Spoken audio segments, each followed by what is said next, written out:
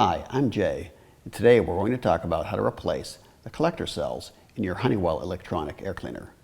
The first thing you want to do is turn the power off to your furnace and air cleaner. Now that the power is turned off, we're going to remove the door. The collector cell is the big heavy thing located in the center of your air cleaner. Okay, simply remove the first collector cell. Now we're going to reach in, take out the second one.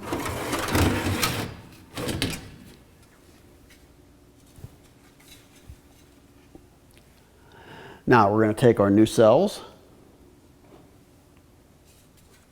get them in position to install. You'll notice on one edge of the cell there's a contact board. That contact board must be pointed closest to the power box. So in this particular application, this is going to be up because this needs to make contact with the power box. You'll also notice down here there's a little arrow cut into the edge. That arrow is the direction of airflow. It must be pointing towards the furnace. That's the direction the air is flowing through this air cleaner, is towards the furnace. Located inside of the cabinet, there's a little plastic button called a cell key.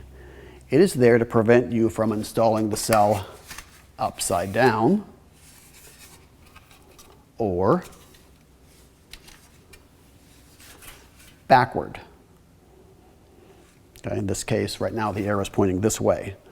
The cell key should prevent you from installing it incorrectly. However, if you really press hard on it, you can still get it in backwards or upside down. So it's very important that you have the contact board pointing towards the power box, which in this case is up, and the arrow right here pointing towards the furnace. The cell should slide in easily. If it's very hard to put in, you probably have it upside down or backwards. So it slides right in. Now we're going to take the second cell, install it.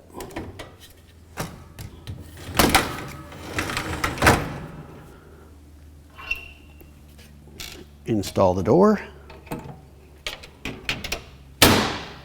Now it's ready to be powered up. Thanks for watching. For additional help or questions, feel free to contact us.